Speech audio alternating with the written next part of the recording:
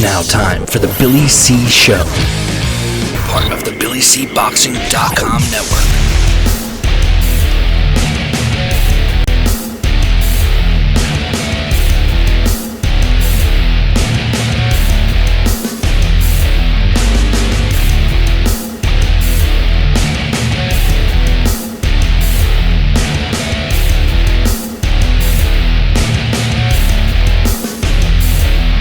And we're coming to you live from the Billy C. Studios in Lake George, New York. I'm Bill Calogero, and it's time for the Billy C. Show. Good morning, good day, good evening, whenever you're watching, whenever you're listening. I hope you're doing okay today. Today's show is being brought to us in part by Sal's Neighborhood Pizzeria and Italian Restaurant, located on beautiful St. Simons Island in Georgia. Check out his website, www.salsneighborhoodpizzeria.com, or give my man a call, 912-268-2328, 912-268-2328. Find out why I go all the way to St. Simons for an authentic Italian meal. Today's show is also being brought to us in part by SouthernGourmetSpice.com. Check out what all the hubbub is about. When I talk about Kenny Bear's barbecue rub and his two newest additions to the lineup of second to none spice, his Cajun spice and his all-purpose seasoning.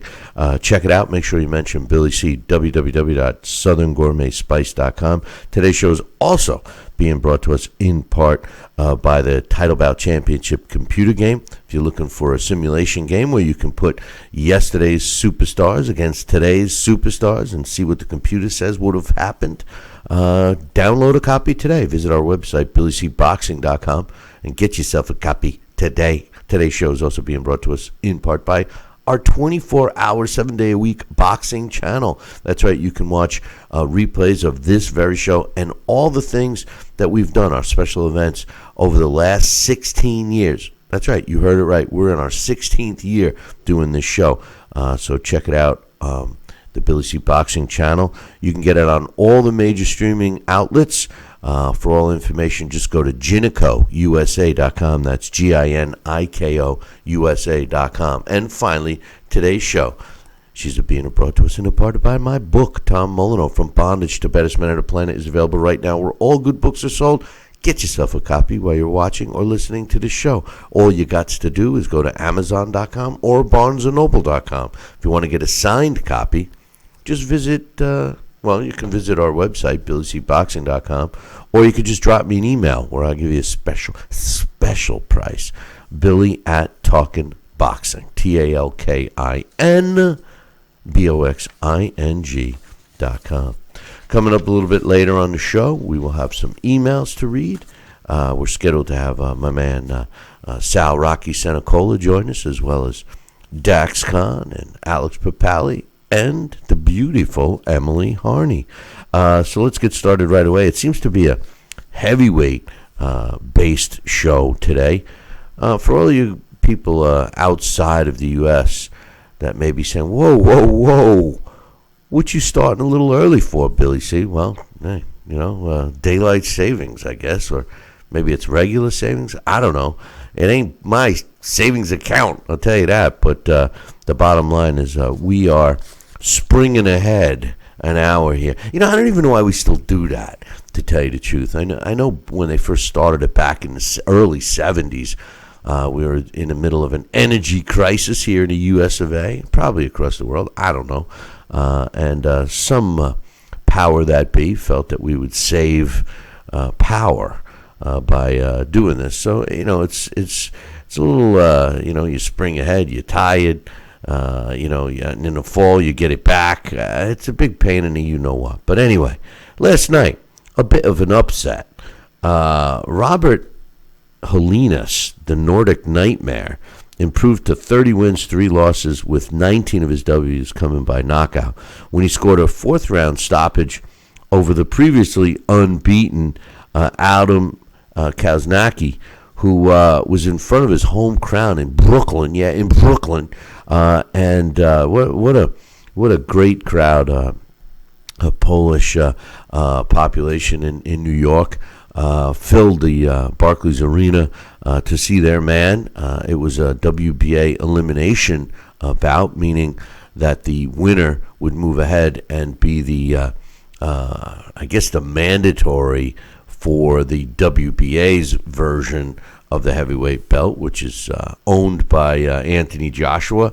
And to be honest with you, it was pretty much an action-packed fight.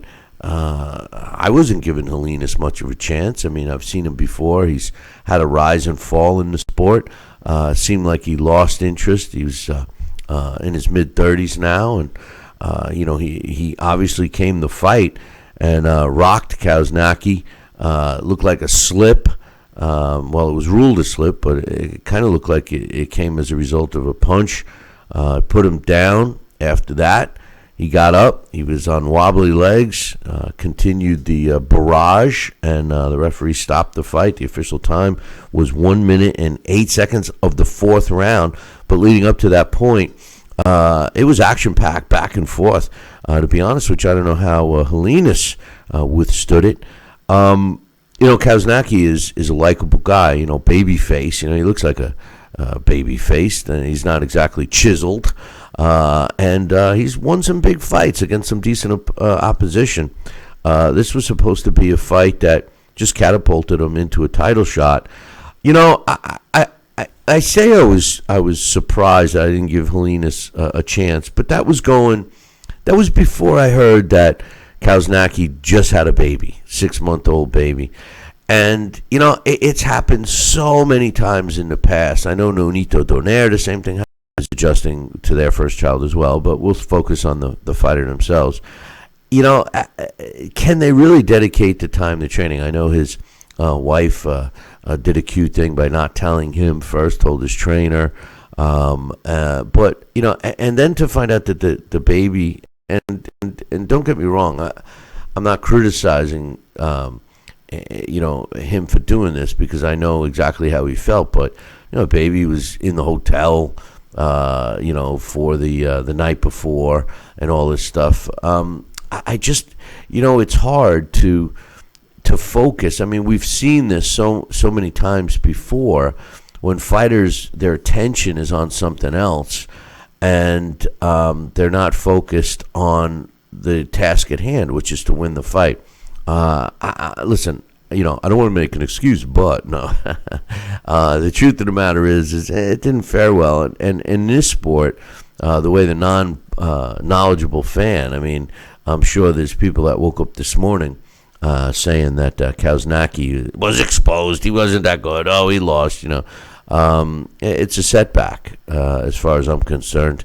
I think we'll see him come back and, move on. He's had some decent wins, and more power to Robert Helenius, who in one night resurrected his career. Do I think he's got a chance against Anthony Joshua? No. But I thought Kownacki might have. A good fight now would be Kownacki against Andy Ruiz Jr. That's a good fight. But in any event, 1 minute 8 seconds of the fourth round, and Helenius, pretty much of an upset, stops Adam Kownacki. There were two other heavyweights on that card. Efe Ajagba improved to 13-0 with his 11th knockout when he scored a 9th round stoppage over Razvan Kajanu, who drops to 17-7 with 9 of his W's coming by knockout. The official time was 2 minutes and 46 seconds of the 9th round.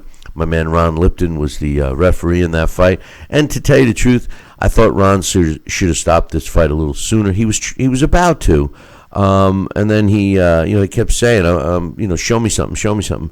The Kajanu wasn't really showing anything. He had a couple of spurts here and there, but my assessment of Ajagba is not very good. No disrespect to Kajanu, but I notice Ajagba, he has those Tommy Hearns, toothpick legs, and in the heavyweight division, especially with the complexion in the heavyweight division today, I don't think you're going to see this guy as a champion. I really don't. Maybe he gets a secondary belt or something like that. I see him being built up. I see him being an opponent. I see him getting knocked out. No disrespect to him. Maybe he gets better. I don't know. But I wasn't that impressed. Kownacki is a tough opponent, and he certainly came to fight. But Ajagba, I felt, should have made a statement in this fight and maybe get Kownacki out of there quicker. I believe Kownacki in his 7 losses in those 7 fights, I think you sprinkled in maybe 2 wins. I don't have his record in front of me, but he was with the ESPN heavyweight tournament that they had several years back and was faring okay. And then it's been downhill since. But to Kownacki's credit, he's fought some tough guys. But I wasn't too high on Ajagba. But nonetheless, 2 minutes and 46 seconds was the official time of the stoppage in the 9th round. The third heavyweight we saw was Frank Sanchez, who went the distance with Joey Dwejko. I'm sorry. Every time I look at Joey Dwejko, I get the image of him. I was on the most horrific plane ride I ever was on in my life, and I didn't think I was going to get out of that alive, to be honest with you. And Joey Dwejko and his father, who was training him at the time, were also on that plane, and they were sitting in the seats next to me. And this was one of those flights. It was a card I covered in Chicago, and I was, they were from Philly, so they were going to Philly, but I was picking up a connecting flight in Philly, so we were on the same plane. And it was one of these deals where the plane was, flying along, minding its own business, and all of a sudden it was like going all over the air. I mean, talk about turbulence. The overhead compartments were opening up and luggage falling out, people screaming, throwing up, the soda cans rolling up and down the aisle along with the vomit that were falling all out. I mean, I was praying. I did not think that I was going to get off that plane alive. And I happened to glance over and, across the aisle and sitting in the next seat on the other end. I had an end seat and so did Joey. And I looked over, and the look on his face and the way he was holding the top of the seat. Now, don't get me wrong. I was just as scared, but I will forever have that image in my head of Joey Dwejko. And he came to fight last night and went the distance, lost a unanimous decision to Frank Sanchez. I didn't think he was ever in that fight. He wanted Sanchez to come right at him. I thought he rocked him in the last couple of rounds, but nonetheless, the judges scored it unanimously for Sanchez, 98-92, and 2 had it 100-90. The 98-92 score, means that judge actually gave 2 rounds to Dwejko. I'm not sure if you could have. I mean, he just didn't land those punches. I don't know, sympathy rounds. It's my assessment of Sanchez. I know the WBO has him ranked in the top 12. Not much, Again, he has some skill in terms of letting his hands go, and he had a good jab, and he needed to win in spectacular fashion. And again, no disrespect to Joey, but if you want to get to a point where you want to be in the conversation, you need to win these fights in dramatic fashion, sort of like what Helenius did with Kownacki, and Sanchez didn't. So the 2 young heavyweights on this card, Ajagba and Sanchez, I'm not that crazy about them. I'm not that high on them. Hopefully, they prove me wrong in the future. But anyway, a couple other fights over in England. Scott Quigg returned to the ring in the super bantamweight. In the super featherweight division. Quigg was a former super bantamweight champion, and he stepped in the ring with once beaten John O'Carroll, who beat the snot out of Scott Quigg. Ended up scoring 11th round stoppage, 2 minutes and 2 minutes and 14 seconds of the 11th round.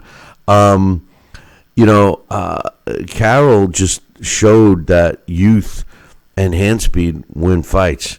And I will tell you this: the rules are different in England compared to the U.S. And what I mean by that is specifically the beards. This guy had a ZZ Top beard, and that would not work well here in the States. Most commissions would have required that beard get cut, but in England they let it go on. Also on that card, Hughie Fury beat up his sacrificial lamb to improve to 24 wins and 3 losses, and added another knockout to total 14. He stopped Pavel Sauer in the 4th round.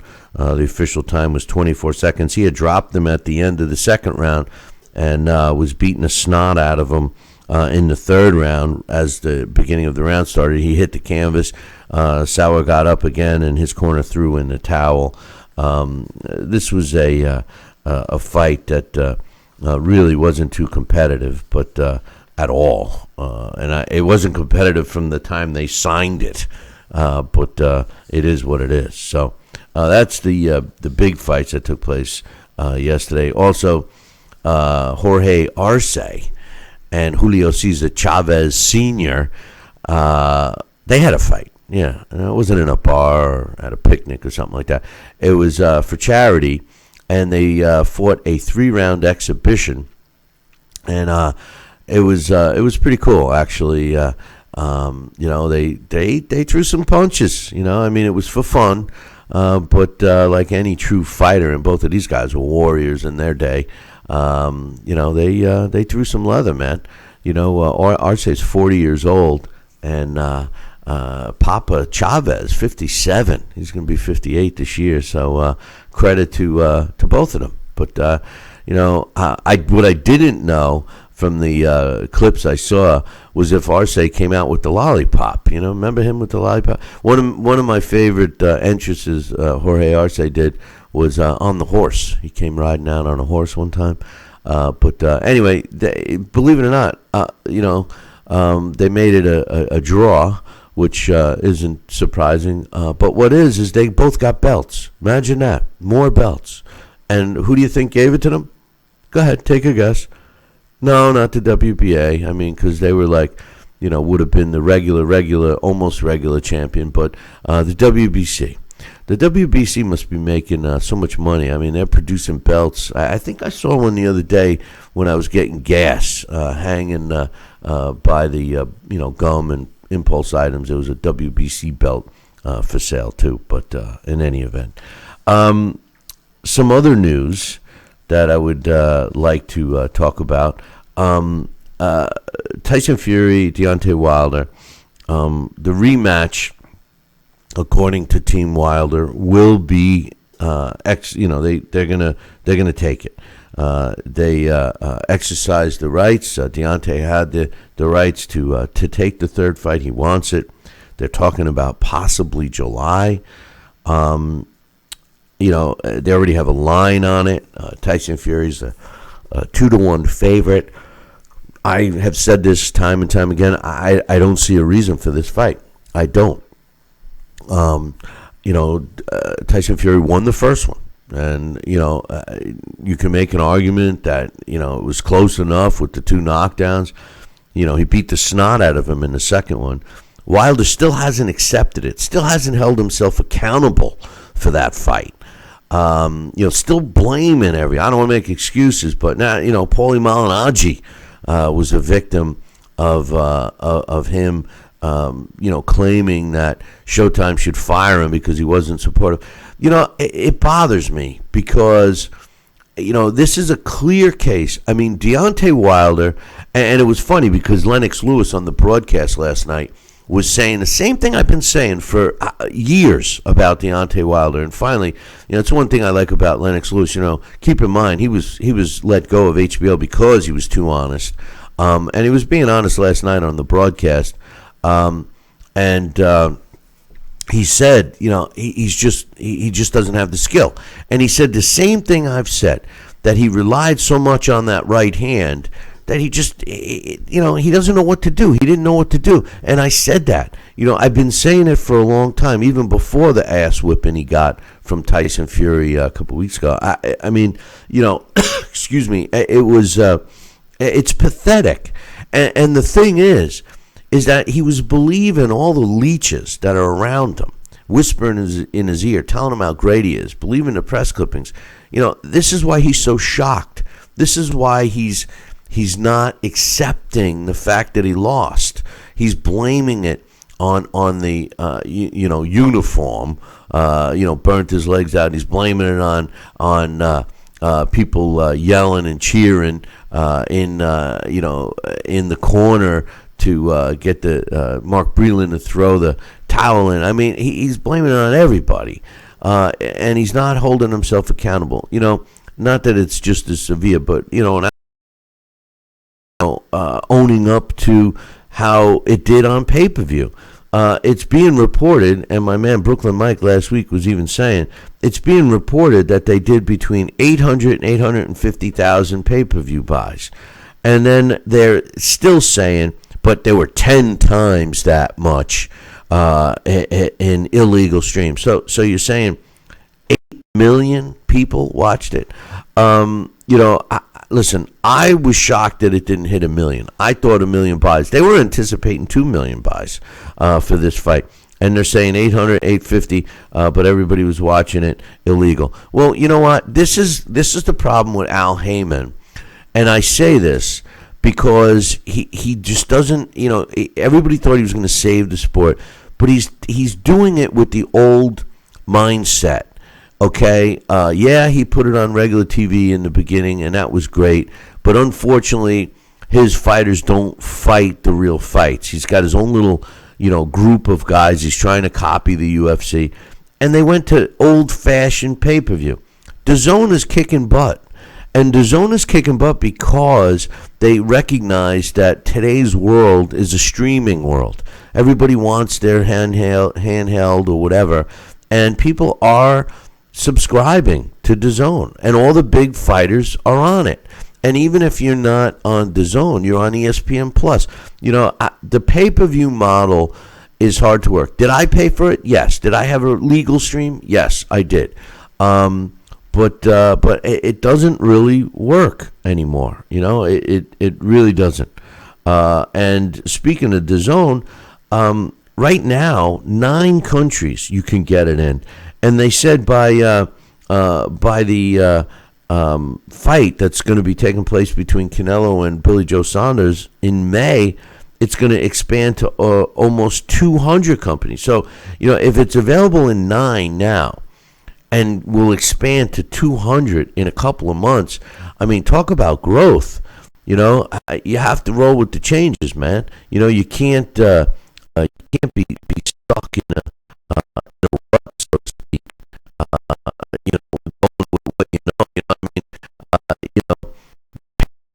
That was sold in the 70s. I don't think they should bring it back. Disco was big in the 70s. I don't think they should bring it back. But in any event, it's just it's kind of silly in my opinion. But in any event, I'm going to try and get my man Sal on the line here, and we will go from there. But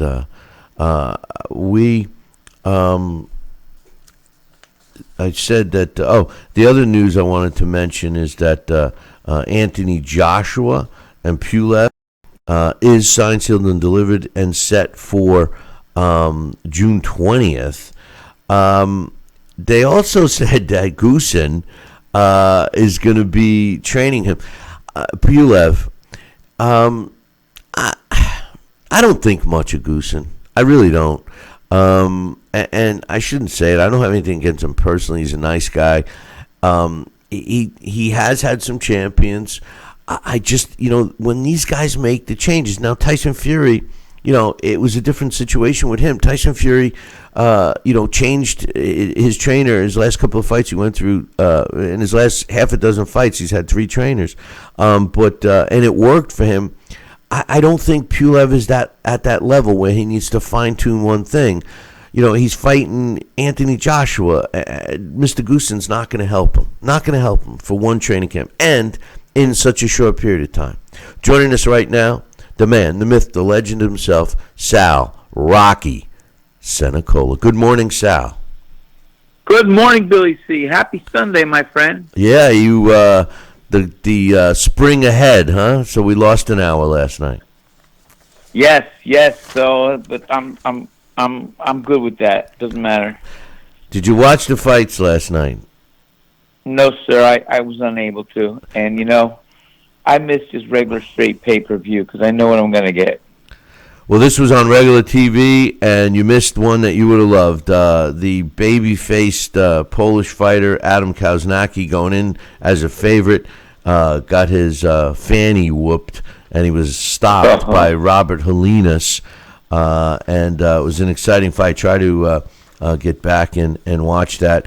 But, Sal, let's talk a little about Deontay Wilder. He's still not accepting the loss against Tyson Fury. What don't you think? I mean, what would be what if you could talk to him right now? I mean, what would you say to him? Because in my opinion, it just seems like the first thing that he's got to do in order to rebound is to at least accept the loss and try to right the ship, so to speak. Billy C. So true. Your words are so true. I mean, how the heck could he go on if he can't acknowledge he got his ass kicked? And he did get his ass kicked all over the ring. And the only redemption he can really salvage and save right now is admitting that he was the inferior fighter by far that evening, and just buckle down, do what he has to do to try and make a better showing the next time out when they have the rematch. The other thing is like you said, after the fight, when we had our post-fight show, you said he should go back and, learn the fundamentals and everything. And I just don't think a fighter at that stage of his career can actually do that successfully. And then Goosen was saying the same thing last night on the broadcast. He said, well, he's got to fundamentally get solid. He's got to go back to the gym and correct things, et cetera, et cetera. And, oh, by the way, they're talking about the possibility of this rematch as soon as July. How does a fighter that has abandoned every single thing he ever learned for the last half a dozen years and relied on one weapon, which is a knockout punch, go back to a gym and try to, right the ship where, maybe becomes more disciplined and this and that? I mean, can that happen? Can it work? It can, but I think he's going to have to, and I hate to say this because I love Mark Breland, but I think he's got to get rid of Breland and change camp a little bit, change some trainers, get some fresh blood. Wow. I'm shocked you said that because Breland, the type of fight that Breland has always wanted him to do is the exact opposite of what Wilder has done. The other guy... Well, that's just it. He's incapable of learning from Breland. That's the whole thing. Yeah, but you got to listen. Incapable. But the fighter has to listen to what he's saying. I don't blame I don't blame Breland at all. His other trainer, who's actually the main trainer, Diaz, or however they say his name, he's the rah-rah man. He's the one in his ear telling him how great he is. That's the kind of guy that Wilder has become. He believes his press clippings. He believed he was invincible, et cetera, et cetera. That particular Wilder has been exposed. He'll never be able to go out there and dominate from a fear factor again. I just don't think so. And I don't think he's got enough time to go back to the drawing board. Not against Fury. No. I'll tell you what. That's a tough out. And Fury, I think it's a good thing he's giving him another rematch. And sure, they're going to make millions and millions of dollars. And hopefully it'll be a different outcome. and they'll even have another match, a rubber match. Who knows? But the bottom line is, Deontay Wilder's options are narrowing more and more each day. And he's got to get back in the saddle as soon as he can, and work some ring rust and stay out of the 40-pound suits. Yeah. Well, he was wearing that. He was wearing another weighted suit in training. But Joe Goosen was saying the same thing last night. He's going, he's got to learn the fundamentals and all of this. I just, and then be ready. And I don't anticipate Tyson Fury coming in with the same game plan as he did with the last one. So, you're going to have Deontay Wilder, and no disrespect to Deontay, but I don't think he's the smartest fighter out there. And if he thinks that Fury's going to come after him, and that's the way all these guys are talking. Joe Goosen and even Lennox Lewis was saying, well, he's got to be prepared for a come-at-you fighter. Well, Tyson Fury's a smart dude. I don't think he's going to incorporate the same game plan. He's going to mix it up just like he mixed it up the last time. Yes. It would be a dream come true. Have Deontay Wilder come down here with Joseph and myself, and we'll both train him.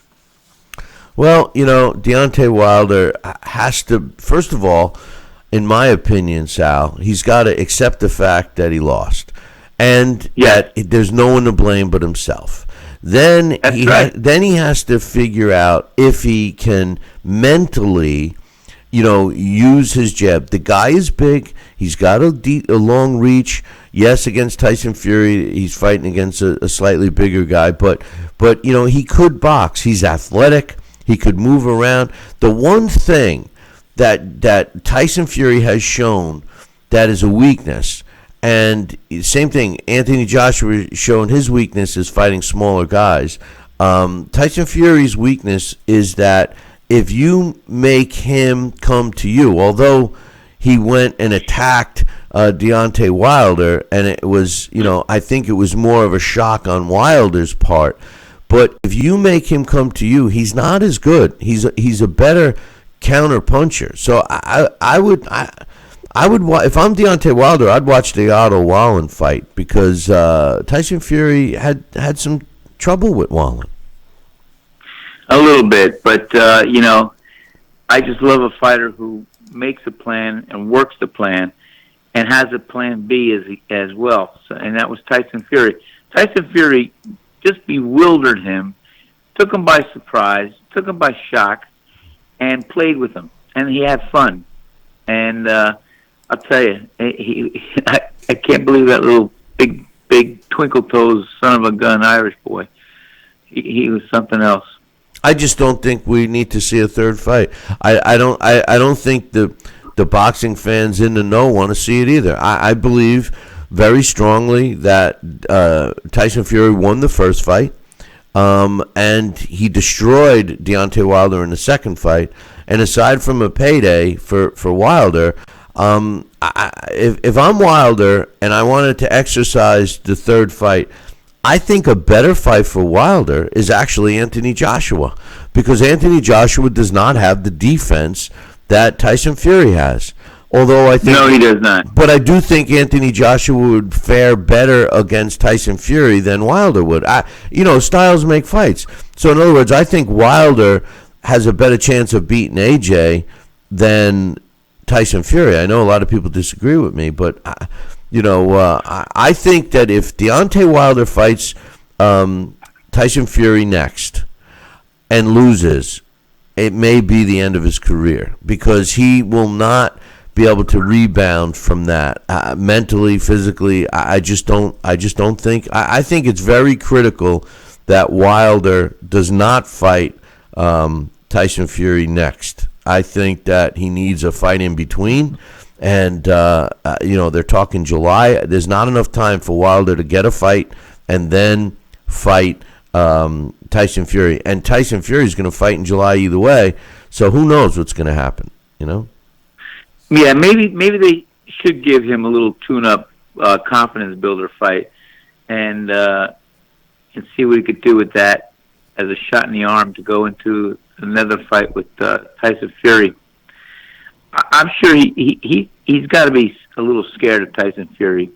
And I hate, when a fighter fights out of fear, he's desperate and he makes a lot of mistakes, and that might be the case.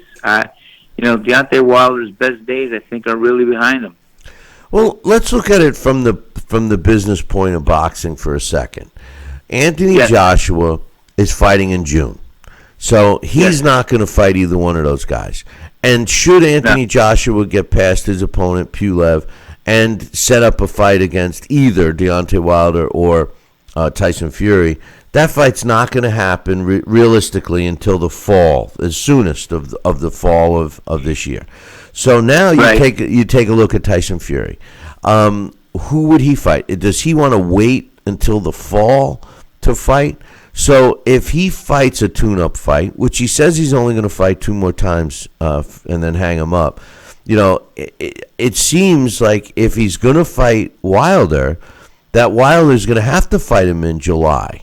If not, then who's there for Tyson Fury? Tyson Fury has positioned himself to fight one of 2 guys, or both guys, in sequential order, is Wilder and then Anthony Joshua.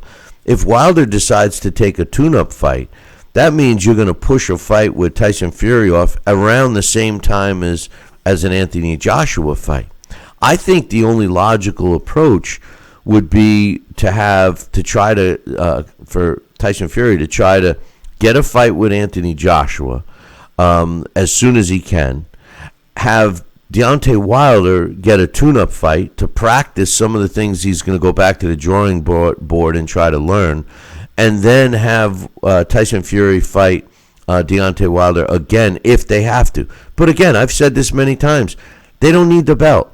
There is nothing that is going to really force Tyson Fury into fighting Deontay Wilder again.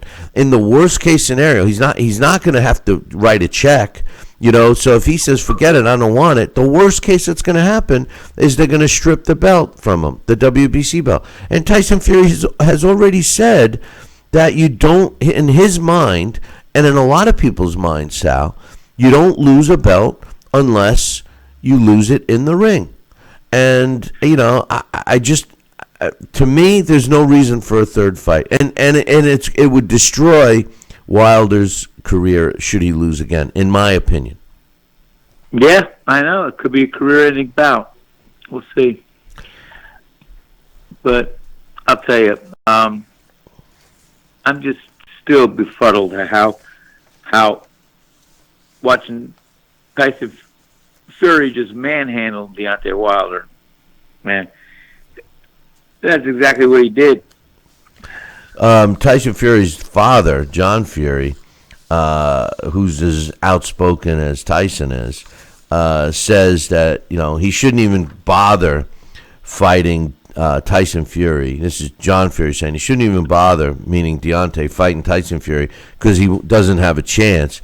But he should go after Anthony Joshua because, according to John Fury, Anthony Joshua, he could beat Anthony Joshua, and he feels that the 2 best fighters in the world today are, Tyson Fury and Deontay Wilder.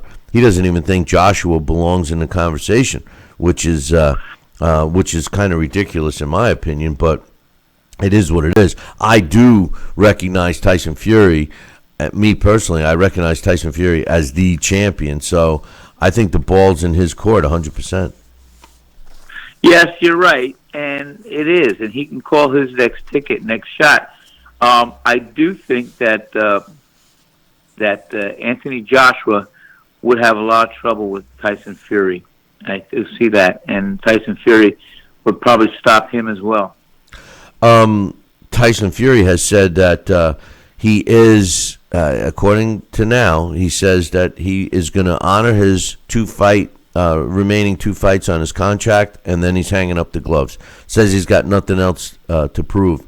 That's assuming he wins. Should Tyson Fury lose the 3rd fight with Deontay, which I don't think he would, does it mean that we have to sit through a 4th? if he fights Anthony Joshua and loses, I could see them having a rematch. But if Tyson Fury beats both of them, again, I want to reiterate, I don't want to see him fight Deontay Wilder again. I just don't think it's worth it. But should Tyson Fury beat Wilder a third time, because in my opinion he beat him the first time, and then beat Anthony Joshua, he has nothing left to prove. Do you agree? Yeah, I agree. It's a crapshoot, but I do agree with you 100%, Billy. Tyson Fury impressed the hell out of me, and he was on his toes. He was boxing. He was counterpunching. He was taking the fight to him, and he just executed a perfect game plan. And he did what he set out to do. He said, "I'm going to stop Deontay Wilder." And not only did he stop him, but he almost retired him.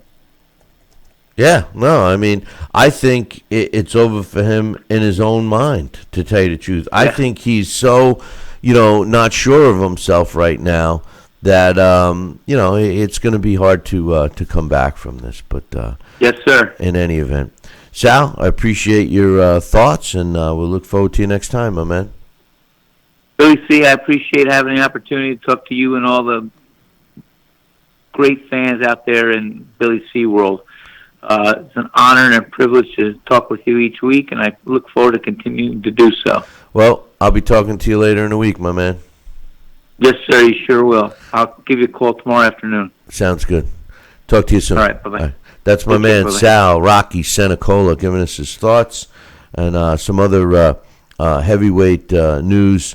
It was announced that in May, on May 2nd, on a huge card actually, at the Manchester Arena in England, Alexander Povetkin will be fighting Dillian White, and also on that card, Katie Taylor is going to be fighting Serrano in a huge women's bout. So big card. It's a little perplexing, to be honest with you. And the reason why I say that is because that's the same date that we have Canelo is fighting that same day, May 2nd, Cinco de Mayo. And that fight will be in Vegas, most likely against Billy Joe Saunders. It's been reported by several media outlets, including ESPN. However, Canelo Alvarez has said don't count on it. But what you can count on is getting yourself a bottle of Kenny Bears, either their new all-purpose seasoned salt or what's become my favorite, their blackened seasoning.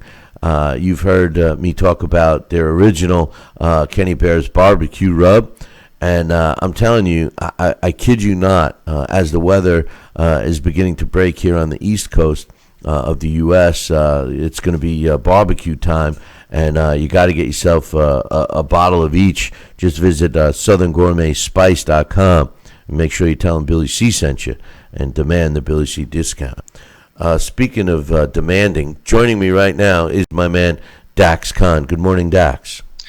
Good morning, Billy C. Dragging me out of bed an hour early. I know. What's up with that, right? I mean, it's like with all of this back and forth with the times. I mean, can't we just maybe why don't we split it down the middle and do a half-hour difference and then call it a day and leave it as it is? But something like that. I'll go with that. Yeah, I'm trying to be politically correct, But last night, in a bit of an upset, Robert Helenius knocked out Adam Kownacki in the fourth round. What's your thoughts on that? My first thought, and I mentioned this before, is, how was this an eliminator? Now, not questioning how Kownacki was in the eliminator because he beat Washington, who beat Helenius, and he beat Martin, who faced Washington for that IBF number 2 spot. But I wasn't really sure how Helenius made it into an eliminator. I mean, I'm a big fan of Kownacki. He can box. Up until last night, he's always shown a sturdy chin. I still think he has a sturdy chin. He had good wins over Spilka, Martin, Areola, and now Helenius stops him in 4 rounds.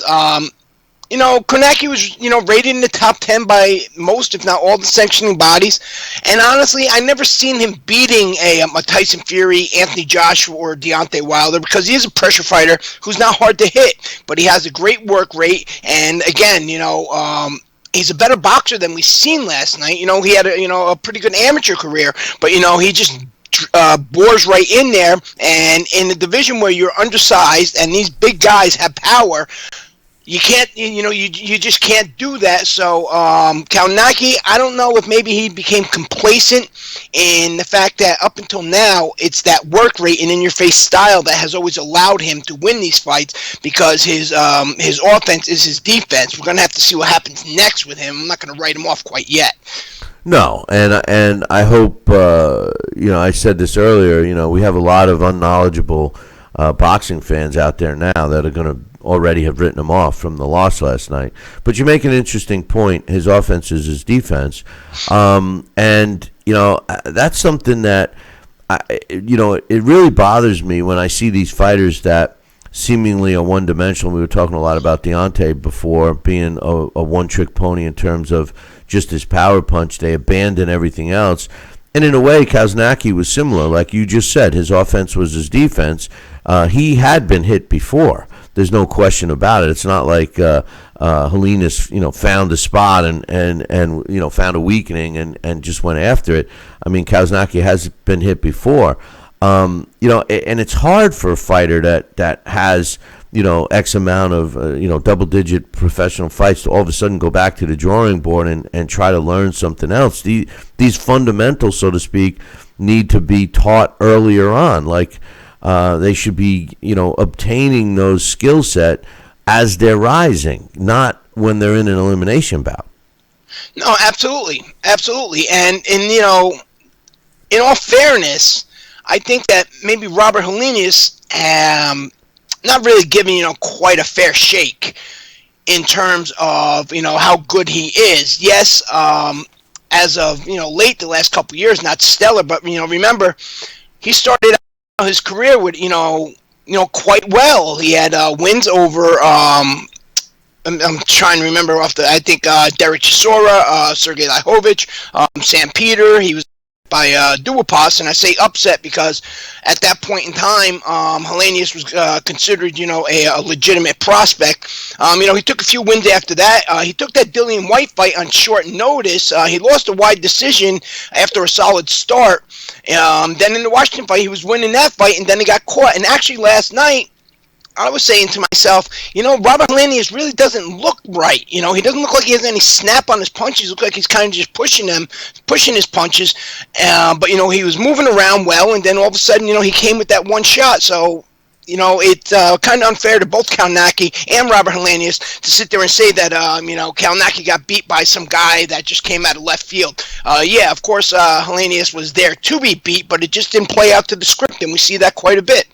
I said earlier, first of all, I thought Kownacki was going to win the fight until... Oh, and I did too. Yeah, until I heard that, he just had the baby, and the baby was with them at the hotel and all of this stuff, and I said to myself, okay, I know how it is, and you're a parent, you know how it is, especially with your first child, that all of a sudden your focus is on that. And I think this was clearly an example of a fighter maybe underestimating Helenius and maybe not fully focused on training and preparation. That could very well be it. And I hope that he realizes that. And I hope this is it's happened many, many times throughout the history of the sport. But this is an example that young fighters should look at. I'm not saying walk away from your other life, but if you want to be a fighter and the nature of this game, you need to dedicate your training and your focus on your opponent. I don't care how less of an opponent you think it is. I kind of think that played an important part in this fight last night. What's your thoughts? It's very possible. And he won't be the first person that has ever happened to. Whether or not it's a baby, whether or not it's a new marriage, whether or not, have to be a death in the family. Well, remember it happened with Nonito Donaire, remember? When he had his, same thing. Next thing you know, he's thinking of retiring. He got stopped, all of these things. And then he righted the ship. And, he's had some great fights after. Yeah, he has. And he's still a very viable name. And now, Adam Kownacki is Nonito Donaire.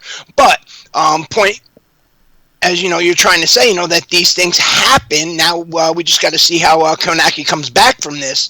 So I'm not going to sit there and write the guy off. He had a bad night. He had a bad night against a big, strong fighter who has beaten some good names. He's actually you look down, he actually has a better resume than Kownacki. Oh yeah, didn't he beat Chisora? Yeah, I stated that. He has wins over 3 or 4 former world champions. He has that win over Chisora. The Dillian White fight he took on short notice, and he was doing very well in the beginning, kind of gassed out there. Johan Duhaupas, who gave him his first loss, we know how tough Duhaupas is. Deontay Wilder knows how tough Duhaupas is. We watched those punches that Duhaupas took from Deontay Wilder before he went down. So it's not like he just got upset by some guy who came from nowhere. Again, the script was for Kownacki to look good, but it just didn't play out that way, and that is boxing, especially heavyweight boxing, where despite what a lot of people believe, and fans drive me nuts with this, I'd like him to get in the ring and just take a punch from, I don't care, the heavyweight that's ranked number 10,000, Bill. Just go in there and take one punch from a heavyweight fighter, and then you understand exactly how easy it is to get knocked out in the heavyweight division. That's 100% true. Speaking of anybody, take 240 pounds and let that force come behind you. Let alone from a guy that trains to take you out of your senses. These people are talking about, he's washed up, he's got a glass jaw, he's got this. You know what? Until you take one, don't say a damn word. 2 other heavyweights were on that card, young up-and-coming heavyweights. Efe Ajagba stopped Razvan Kajanu last night in the 9th round. I know this is going to sound critical, especially after what you just said, but I'm not that impressed with Ajagba. I know he's being touted as a knockout artist and all of this stuff. And Kajanu's a tough guy, but Ajagba didn't do anything that really impressed me as I look and see the rest of the upper echelon of the heavyweights. I mean, the level where he's at now, where he's fighting the Kajanu type opponent, yes, he's going to rise to the top. But when you get to that next level above that, I just don't think he's going to fare that well. What's your assessment of Efe Ajagba? I look at Ajagba and I say to myself, this is, a big guy. Well, then I look at him and I say, in this current crop of heavyweights, he's average size at 6'6". He looks the part, but he did start boxing late. He was an Olympian. He's only been a pro for I think 4 years or so, if even that. But he doesn't do everything that you would expect a guy who was in the Olympics and a guy that size and that look to do.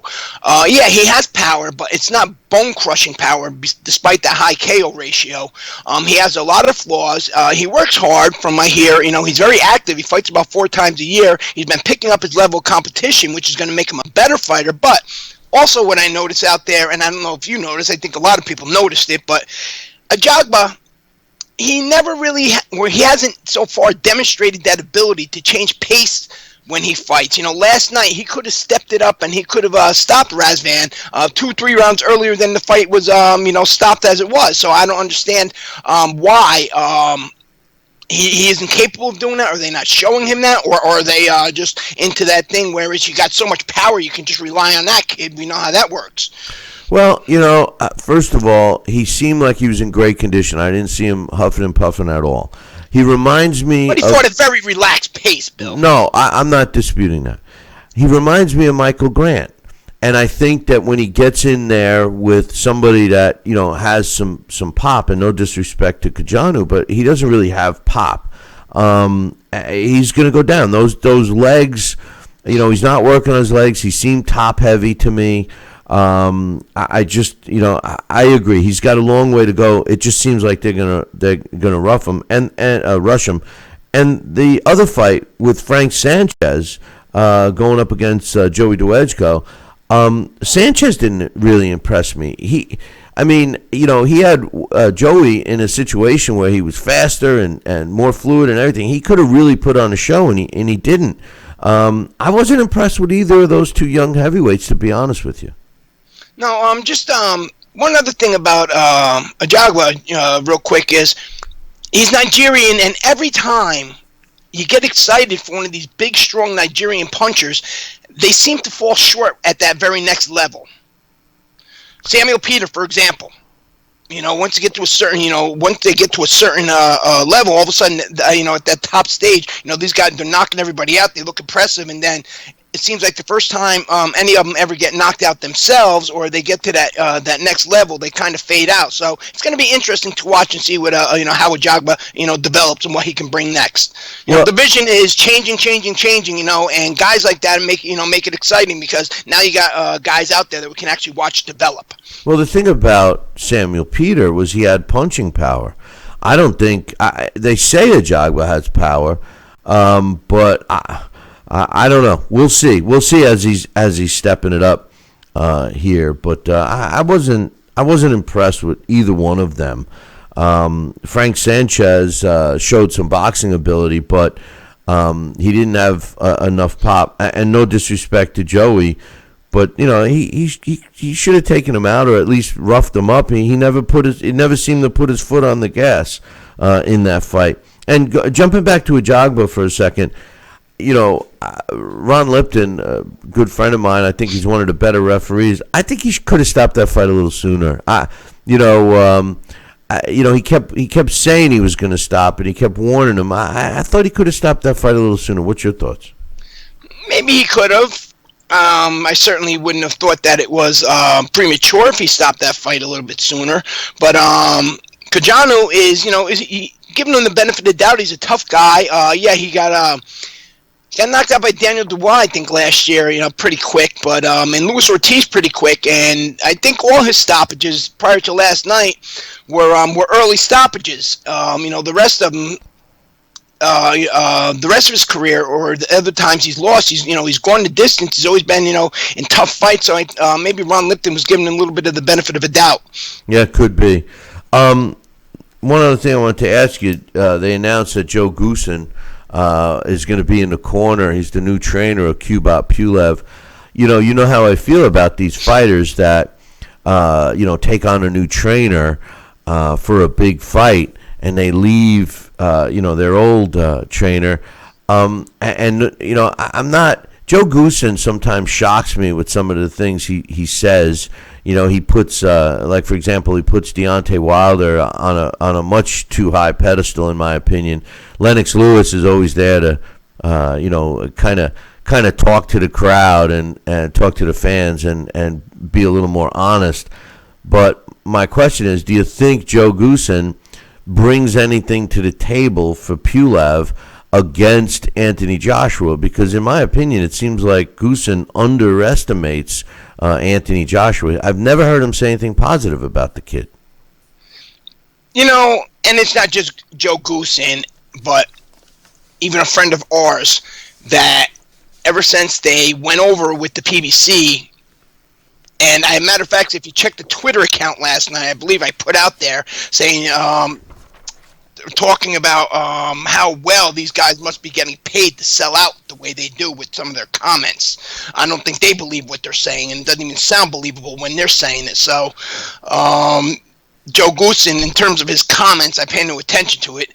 But in terms of him coming to the camp, I don't know. Joe Goosen has, he's a good trainer. Make no mistake about that. He's had a lot of good fighters, but he's not exactly one of those trainers that you would send a fighter to when you want to build on that fighter or fix some mistakes or tune up a fighter.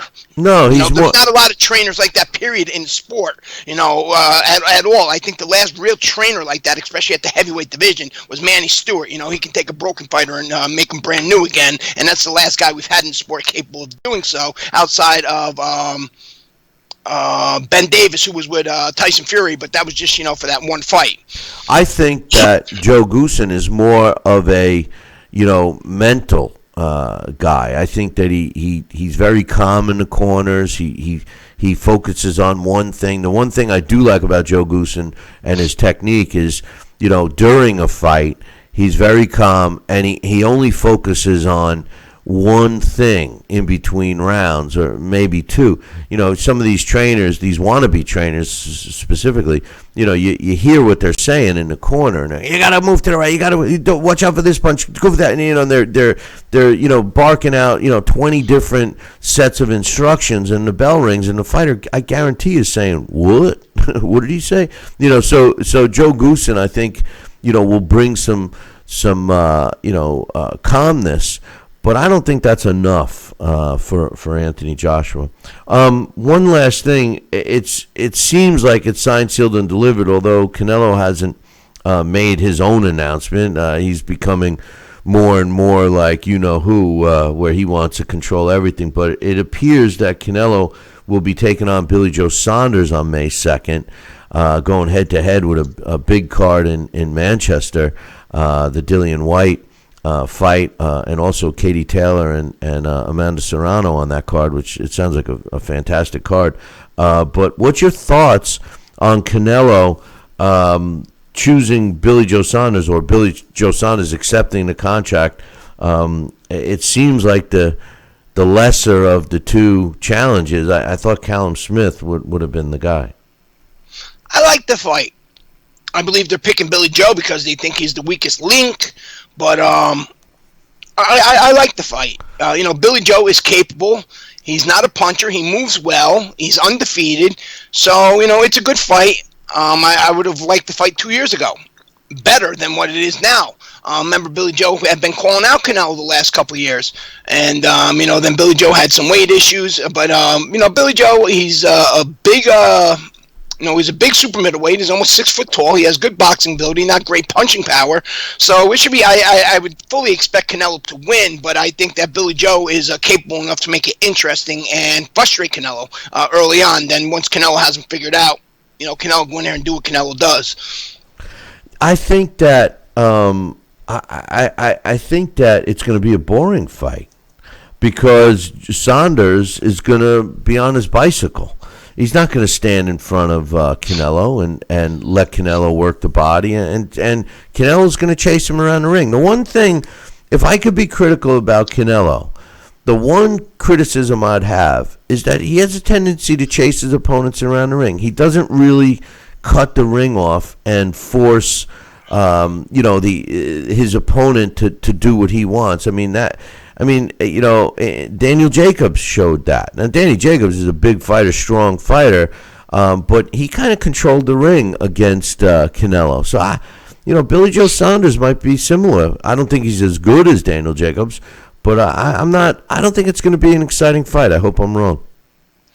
No, it might be an exciting fight. It might not. I don't know. Billy Joe is a more of a defensive fighter, and that's his strong point, and that could very well be the scenario you just explained, where Canelo is spending the whole night trying to cut the ring off and catch up with Billy Joe Saunders. So it'd be interesting. All I know is that anybody out there who complains about this fight and says Billy Joe is not a legitimate challenge, then you know what? Just find something else to do. You just find something else to do. Stop being on social media, pretending you're a boxing fan, pretending you know what you know, making a meme, talking about Deontay Wilder and the loss. Just stop already, because this is a very good fight, and it's a very sellable fight against, a quality in Billy Joe. I agree, but I don't think it's going to be an exciting fight. Maybe no. I'm not saying it is. I'm just saying it's a good fight. I'm so tired, Bill, of hearing all these complaints and all these people all the time on social media, especially that they all know what fights are supposed to happen, what fights are good fights. But meanwhile, as you stated before, you're streaming them. If you're such a big boxing fan, when's the last time you paid for a ticket? What did you think of the numbers that were released? 800 to 850,000 buys, and then them claiming that there was 10 times that in illegal streams for the for the Fury Wilder fight. Pay-per-view is dead. Right, I said that earlier. It kind of is. Yeah, pay-per-view is dead. Just accept it, man. Pay-per-view is dead. Yep. And they lose money it costs a lot of money to put on a pay-per-view. It's not just like you turn on the camera inside the arena and say, okay, we're going to charge people to watch this. There's a lot of money involved. So, you're losing that money. And, people nowadays, and, this, like I said, this is what frustrates me, Bill. We're on pay-per-view. I'm talking to somebody the other day, and we're talking about that fight and the numbers, the early numbers that were released. And they actually told me that they bought the fight, which is great. You bought the fight, but because they wouldn't spend money on that DAZN crap. No, listen. The fights that you're getting in a year on DAZN. No, every fight is not a blockbuster. It can't be. But the fights that you're getting every year, and they couldn't get through their head that a year. If you get DAZN for a year for that $99, that is the price of a pay-per-view for most time. Oh no, well what do you mean that doesn't matter? But it's that mentality that really frustrates me. We just lost Dax. Well, we were going to go anyway, but I appreciate Dax's comments. But for some reason, we abruptly lost Dax, and I thought maybe it was on our side, but it appears that it was not. But in any event, I appreciate Dax coming on, and we will. I'll be looking forward to him next time. But in any event, I got a couple of emails I wanted to read. One of them is from my man Jesse. He says, "Hey Billy C, no." He's got some different comments here. He says, "No, Wilder does not know how to box. Wilder didn't know what to do. Fury did know what to do, and he knew what he was doing." He said. Adam Kownacki will beat Robert Helenius with a stoppage in the 9th round.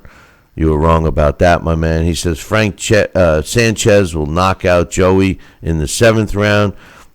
You were wrong about that, but he did get the win. And he said, what's my thoughts on Sanchez and being with Canelo? He means from a promotional standpoint. I don't think very much of Sanchez, like I said earlier.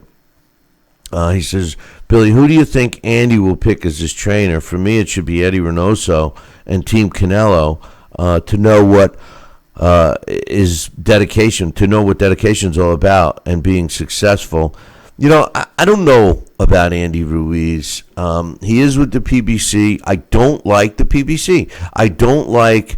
the rah-rah stuff. The PBC, in my opinion, has a lot of rah-rah men.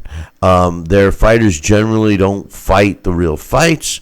And the other issue that I have with them is, they try to smokescreen stuff. I agree that an Eddie Reynoso might be a smart move, but in order to go with Canelo, they'd have to break from PBC. I think we're starting to see the PBC fighters, and although we just lost Dax, I hate to use this word, but a lot of them are becoming exposed because they're not being able to get better with skill set. They are stuck in a rut, so to speak. They have the guys all around them, the entourage saying how great they are, etc., etc., and they're just not getting better. And as other fighters are, we're seeing the trickle-down effect. So he says, Billy Joe Saunders against Canelo. Billy Joe's too defensive and probably will be in this fight. I think he will fight from an outside and go side to side and in and out. I don't think it'll be an entertaining fight. Canelo will punish the body. I agree with Jess there. I don't think it'll be an exciting fight at all. I really don't. Hey, Billy C, it's me, Raheem. Yeah, I know, Raheem. I see it on the email, man. But in any event, he says, I was wrong about Wilder winning Fury by knockout. My father picked Fury. He says, and he said that He thought my father picked Fury to win because he thought Wilder worried too much about promoting the fight in training. Let's see, what else does he say? He says the fight was great to see, and I think Fury has to fight Joshua. Fury versus Joshua needs to happen, but I'm thinking if Joshua ducked Wilder, he'll do the same because Fury's undefeated and won the linear belt. I would like your opinion on Joshua trying to avoid Fury. Raheem, you you say this stuff, man, that is just so ridiculous. I'm sorry. I don't think that Anthony Joshua avoided Deontay Wilder. I really don't. I believe that we had yes, the fight wasn't made, but in a sense, it's the other way around. I think, Raheem, if I could give you any advice, I'd listen to your dad, because your dad seems to know what's going on in the sport, and you don't. Joining us right now is my man, Alex Papali. Good morning, Alex. Good morning, Billy C. How are you? Oh, I'm doing fantabulous. How about yourself? I am doing very well. A little sleepy from my lost hour, but I think I'll be all right. You'll gain it back in the fall. Don't worry about it. That's right. So, anyway. As Conan the Barbarian always said, time enough for sleep in the grave. Right. Yeah, I've heard other people say that out at the bars too. But anyway, Helenius in somewhat of an upset over Kownacki last night. What's your thoughts? I really thought that was a fun fight. I enjoyed that whole card. I mean, it wasn't the thing about, and I've said this many times. It's the old Longfellow poem. Heavyweight boxing is like the girl with the curl. Sometimes it's when it's good, it's really good, but sometimes it's horrid.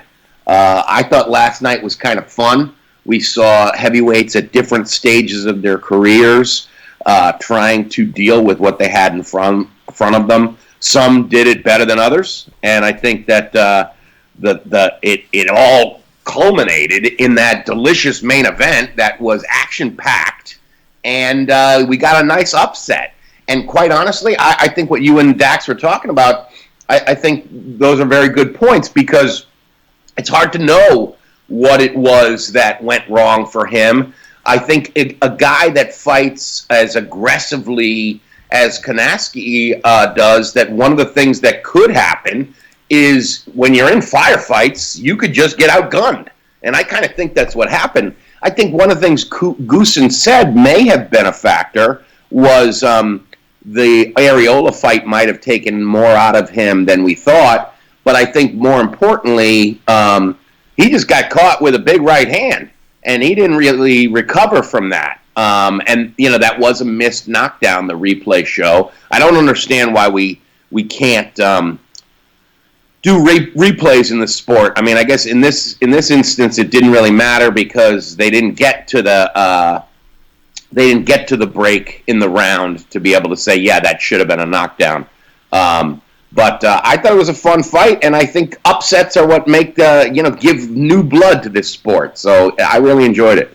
I agree. I think that, well, first of all, I think that all commissions should incorporate the replay. I know some do. Jersey does. The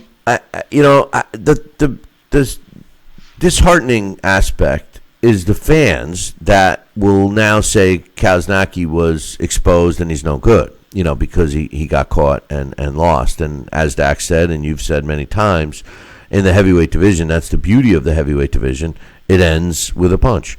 And it could be either side. It could be the guy that is not expected to win, or it could be the guy that's expected to win.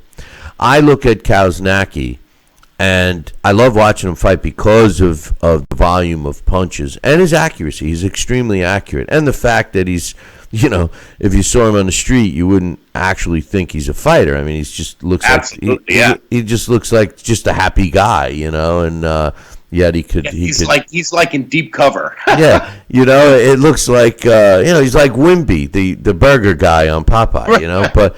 But he just and he could do some damage. I thought it was interesting. I usually don't get caught up with the pre-fight. He grew up in this town and this and that.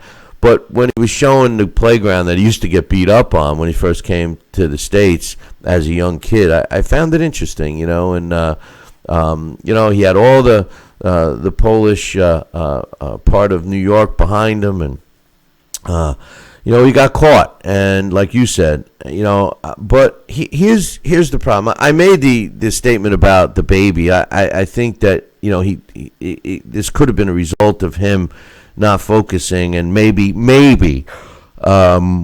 underestimating Helenius a little bit. But I think the truth of the matter is simple. I think fighters today, when you're with the wrong team, and I'm not criticizing his team, but in cases when you're with the wrong team, they end up becoming rah-rah men. They're whispering, what's the word I'm looking for? Where he's basically, the confidence, a lack of confidence, or he's got to prove that it was a fluke, and he's going to try to go in and do what he does best. We witnessed it with Deontay Wilder. It's the lack of training and quality trainers that's creates these kinds of fighters that become one-dimensional. Yeah, I mean, I think that's the thing. His one dimension is fun to watch, but you're right. That's one of the problems is that, how do you adapt now to put some wrinkles in your game so that you're a little, you increase your longevity? Because, that was one of the things. If you're just an aggressive, come forward type guy, the way Kownacki has been, eventually you're going to have a guy that stands in front of you that can endure what you're throwing at him and hit you with his own stuff. And that's exactly what happened last night.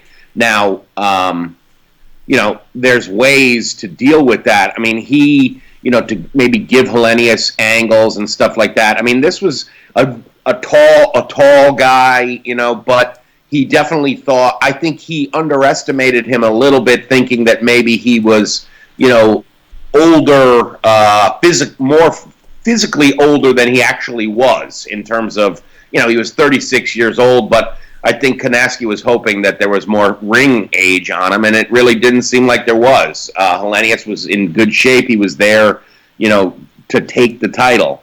And I mean, not the title, you know what I mean, to take the fight. To take that elimination belt. Yeah, whatever it was. Yeah, I knew there was talk of titles last night, but I didn't think either guy had one. I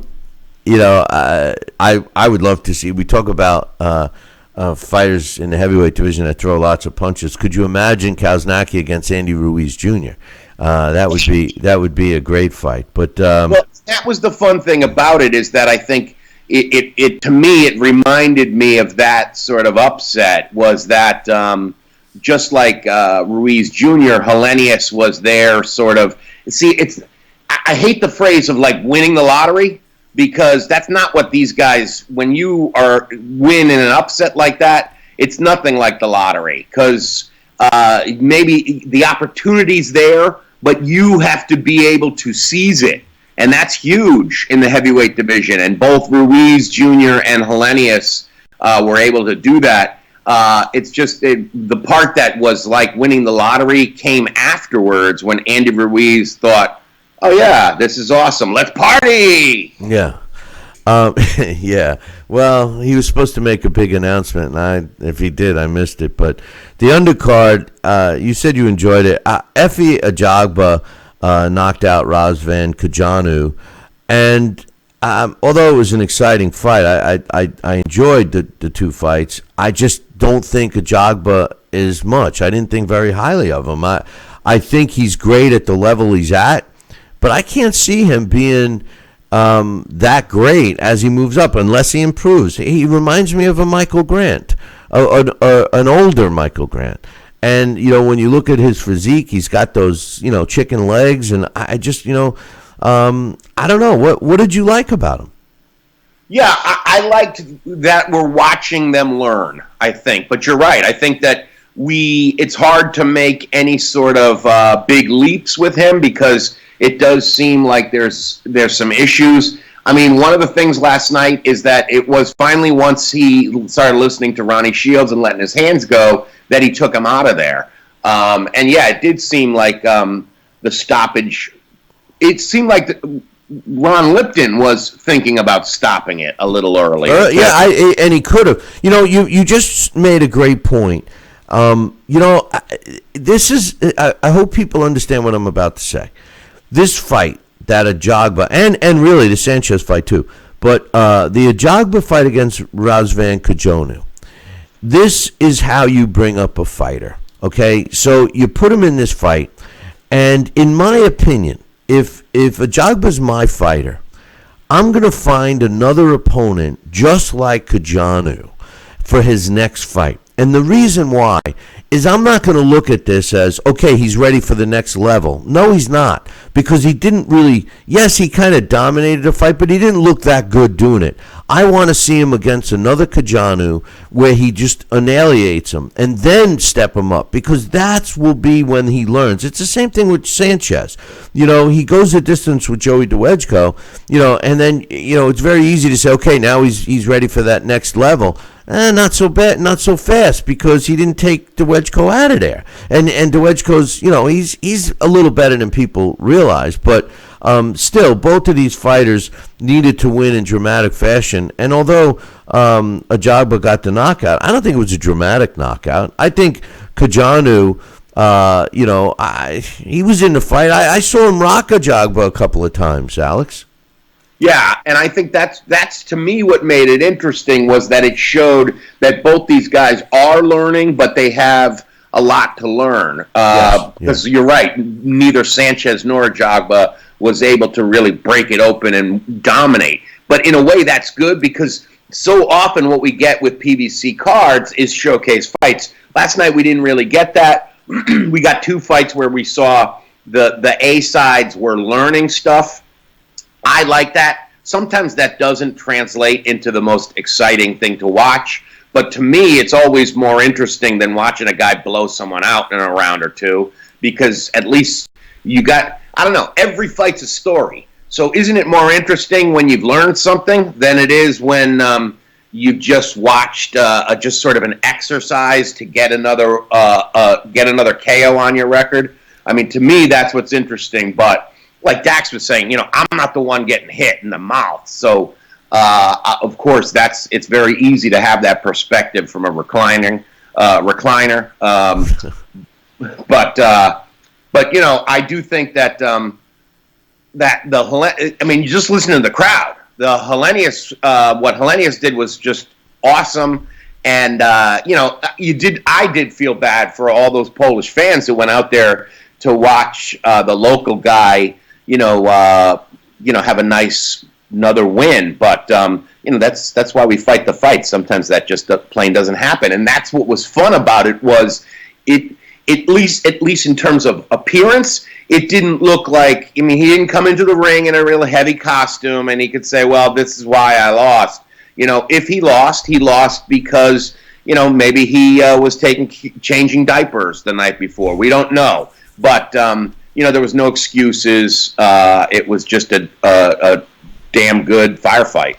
Listen, when they come out with all the excuses, their character is exposed. Deontay Wilder has exposed himself as a thug, really, and a bully type guy, and he hasn't held himself accountable. He never will. He's believed that he was good, and he's not. We've talked about this many times. He's a one-trick pony. End of story. The difference with him and Kownacki is Kownacki took the loss like a man, and here's another huge difference, okay? What makes Kownacki marketable is, and one of the things that's missing in this sport, and fighters are so quick to overlook it. They sign with a manager, promoter, whatever, and they move away from where they're from or what have you, and they never have a chance to build up that following, or even have a a rivalry, of sorts. If Kownacki, he did have the rivalry with Artur Spitska, the two Polish fighters going at it, So what he developed, and we saw that last night. Yeah, he had a lot of Polish fans in the seats. Yeah, they came to see their guy. But I'll bet you my last nickel that they'll support him at the next fight as well. They're not going to be fans that are going to go hanging out at the Kabasi bar and say, "Hey, listen, he's a bum. He was overrated. He was exposed." Nope. They're gonna feel the same pain he does. They're gonna feel the same pressure he does, and they're gonna want him to get back on that horse just like he does. And that's a fan base that brings value to a fighter. And that's something that Kownacki has that most fighters today do not. True. Yeah, and that does make all the difference because it also makes the atmosphere when they fight a much more entertaining atmosphere. It's like an event, because I'm sure if you walked through that arena last night, I'm sure there was people with posters and people with flags, flags, musical instruments and stuff like that. It's like when Tito Trinidad used to fight. There's people in the audience playing music. They're so excited. So yeah, I mean that's the thing that was cool about the atmosphere last night. It sure seemed like people came out in droves to see Kownacki, and you're right. I hope that they certainly won't turn their back on him. And you're right. I don't think they will because of the kind of athlete he is. The Polish women are so gorgeous. I got to be honest with you. I never really realized that. I mean, I used to notice it with the Adamak fights and Spitska and now Kownacki. I mean, it's pretty consistent that they're kind of gorgeous. But hey, what about Canelo? With full bands, mariachi bands and stuff like that playing in between at the weigh-ins and stuff. So yeah, you're right about the atmosphere, and that's something that a lot of U.S. fighters fall short of. They're so busy trying to tell people they want to kill someone in the ring and everything else. But speaking of which, it was announced that the rematch clause, which was in Deontay Wilder's hands, is going to be exercised. They're saying that they're going to have the fight. Joe Goosen, he's a nice guy, and I just, I'm not crazy about him. I mean, I knew Dan, and Dan, I actually worked with Dan when I first started doing promotion. Was much different than Joe. I think he overrates Deontay Wilder, and he was saying some things like he's got to go back to basics, and similar to what Sal Rocky Senacola was saying right after the fight. I don't think that it's gonna. I don't think that that's the answer for Deontay at this stage, and if it is, he's not going to be able to right the ship and go back to basics and learn all of these things or fine-tune all of these things that he may have learned in the past and be ready to fight Tyson Fury in July. What's your thoughts? Yeah, I mean, I think that's one of the problems with going into an immediate rematch or immediate third fight is that what exactly can Wilder hope to change? I'm not sure there's a lot. I kind of think that the way for him, my take would be to he needs some rebuilding. One, his confidence. Now maybe that's not the case. Maybe his confidence is just fine, and he buys what he's saying. He thinks it's the suit. In a way, I think that's good that narrative has come in, because even though I don't buy it at all, his fans will, and that might be enough in order to generate enough people out there to think, well, having the third fight is worth it, because if not for that suit, we would have seen something different. Yeah, but wait. The thing is that the problem with the fans that he had following him abandoned him already. They didn't buy the pay-per-view. Right. They abandoned him already. And one of the main reasons I always wanted to see Floyd lose was because I felt that was going to be the same thing that happened to Floyd. Despite that, obviously Floyd, is a talented fighter, whereas Deontay is a one-trick pony. But I'm convinced that the majority of his fan base would have bailed on him, that they wouldn't have stayed loyal, like we're talking about Kownacki's fan base. And, to make an excuse like a suit and to continue, the latest one was that he blamed Paulie Malignaggi for dissing him on TV once, tried to get Showtime. There was an article that my man Mitch sent me that... he was so unhappy with the commentary from Paulie Malignaggi. He's trying to tell Showtime that they need to fire him, that he's not going to fight on their network unless they fire Malignaggi. I mean, that's a fragile guy. That's a guy that thinks that he's so great and has not accepted the defeat. He is not even holding himself accountable for it yet. And I think that Tyson Fury beat him in the first fight. He destroyed him in the second fight, and quite honestly, I don't want to see a third fight. This isn't Ali Frazier, where you could make an argument of who won the fights, and you demand a third fight. This is not that case. A Triple G and Canelo third fight is more demandable than this. I just don't think it's there. I don't think that Deontay Wilder has the talent. He's got freakish knockout power, and that is it.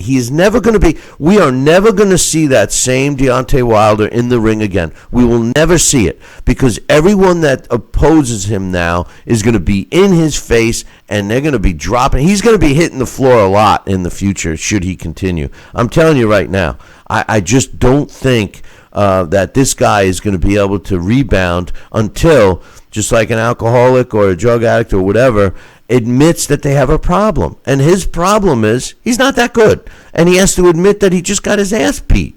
And he's not. He's pointing. I don't want to make excuses, but you could write a book with all the excuses he's laid out. And it's so funny. Did you see what's his name? Smith talk to him about the suit when he's on ESPN. He's going, the suit. Are you telling me that the suit made you lose a fight? I mean, come on. It's just Stephen A. Smith was, and he's, I mean, I'm not a big fan of Stephen A. Smith, but sometimes when he's accurate, and he hit that one on the head, man. Yeah, I mean, I think that's the thing about it. Nowadays, there's a lot of people that, sort of have these public delusions, and their fans participate in it. I kind of agree with you. I do think that Deontay Wilder needs some rebuilding. However, I admire the fact that he's so courageous. Now, maybe that's foolhardy, but he's so courageous, he wants to go right into another rematch. I don't think anything's going to change. I think if you think about it, they fought 19 rounds now. I only think Wilder has won 2 of those rounds, maybe 3. And they were the rounds he knocked him down in, and one other round in the first fight. So, yeah, I don't see a reason for a third fight. However, his fans definitely do. In terms of money, I'm sure it'll make money. But, yeah, to me, the pay-per-view numbers were very disappointing. But I think, like you and Dax were saying, it's very possible that pay-per-view is over. I agree. For this sport. And, maybe it's because of all the illegal streaming. I don't know. I really enjoyed watching it the way, in the movie theater. But it could be that those kind of things are going away now because everybody could do it at their house. And, I mean, you could do it at bars, I guess. And it did seem that more and more bars were doing it this time, or, like Buffalo Wild Wings type places. Yeah, but that's extremely costly. The way they do the pay-per-views at a bar is they charge them per person that the facility can hold. So if the fire capacity is, 500 people, they actually charge them for 500 people. That's how that works. They don't a bar. Yeah. So to get it, I mean, when we used to do the events at Sal's, they would charge him an enormous amount of money to have the fight there. Trust me, it's not worth it. It's not. That's why the bar years ago, I remember watching Foreman Holyfield in a bar, and it was packed. People used to come in there and do it. But when the bars don't have it, and the thing about Deontay Wilder is that the reason why he's you call it courageous, but the truth of the matter is it's the same lack of trainer, and Mark Breland is a good trainer, but the other guy, Diaz, he's a rah-rah man, and they have him believing, because he actually believes that he's such a killer, so to speak, that he thinks this was a total odd thing. It was a freak thing that he lost this fight. It was the suit's fault. He believes he won the first fight, which, like you said, and I'm in agreement with you about winning the rounds. He won 2 rounds, maybe 3 in the first fight. So, this is a guy that's delusional. And you're never going to win until you accept the fact that you got beat. And now you should be saying to yourself, what do I got to do to win against this guy? I don't think he's thinking that. I think that he's saying to himself, I'm not going to go out in a suit next time. I'm going to go and destroy him. He's going to come out and try to do the same thing he does in all of his fights, because he doesn't know anything else. And he's not that smart. Let's be real. All right? The elephant in the room is this. The guy isn't the sharpest tool in the shed. And if he was, he would have ditched his team a long time ago. He would have realized that they're a bunch of rah-rah men. I've been saying it for years, and it's just, it's frustrating. Listen, let me ask you this. Let's move on, because Deontay Wilder. Now I'm going to say exactly what I hate when I hear it. He was exposed, and that is the truth. He was exposed, and anybody that's a fan of his that does not believe he's a one-trick pony should take the blindfolds off their head. But Kubrat Pulev is fighting Anthony Joshua June 20th, and it was announced last night on this card that Joe Goosen is actually going to be his new trainer. I don't think Joe Goosen is going to help him against Anthony Joshua. Joe Goosen thinks I think he underestimates Anthony Joshua, and I don't think that for a fight like this, you change your corner so drastically. His style of training is so different than his previous trainer. What's your thoughts on that? I do think that I'm definitely interested in that fight. I like that fight. You're right. I'm not sure. The thing about trainers is it's kind of like colleges. College is what you make it. A good trainer. There's a lot of good trainers in boxing. You have to be willing and listen, yeah. Right, and open to learn, right? And I think that we've seen. That's one of the things that I think was why the Tyson Fury, performance was. I mentioned that it wasn't. He's not an all-time great yet, but that was an all-time great performance, because one aspect of it was you saw this fighter who was like at the top of the sport who said, "There's one thing I don't have, and I need, that I know I could get from a trainer, and that's Sugar Hill, and it's the way to knock this guy out." He went to that trainer, he learned it, and he did it. That kind of thing, it shows willingness that that has to come from inside. That's about the fighter. That's not about the trainer. The trainer's there if you're willing to go and take their experience and learn it and apply it. I think that's one of the things Pulev has with a guy like Joe Goosen, is you have a wealth of knowledge and experience there. It's up to him to be willing to accept that training, because that's the thing about, we're all stubborn people, and fighters, especially heavyweights, seem to be very stubborn. Well, one of the blocks at learning is your own stubbornness. So I don't know. I think that Pulev has a very good chance against Joshua because he's a big, strong puncher. And I think that's one of the things, like you mentioned, Wilder being exposed. now that we've seen what can happen with Anthony Joshua, if you go right at him and you make it into a fight, I think that this fight becomes more interesting. I don't know. I still want to see Fury Joshua. That's the most exciting thing. But in terms of all these other little matchups, they're sort of placeholders in the sport until we get, a Fury Joshua. Because I think that's, to me, the most interesting question at this point is Tyson Fury the best heavyweight on earth? I think he is. I think he's mostly proven that. The only question is, how does he do against Joshua? Because both from the UK, that makes it even more interesting. That's why that's the fight. I mean, from a financial point, from the greatest heavyweight on the planet right now, Deontay Wilder is number 3. I mean, that's the way it is. And getting back to your points about Pulev and Joe Goosen, I agree with you with Tyson Fury. Tyson Fury is a smart fighter. He's learned things. He was lacking one aspect of it.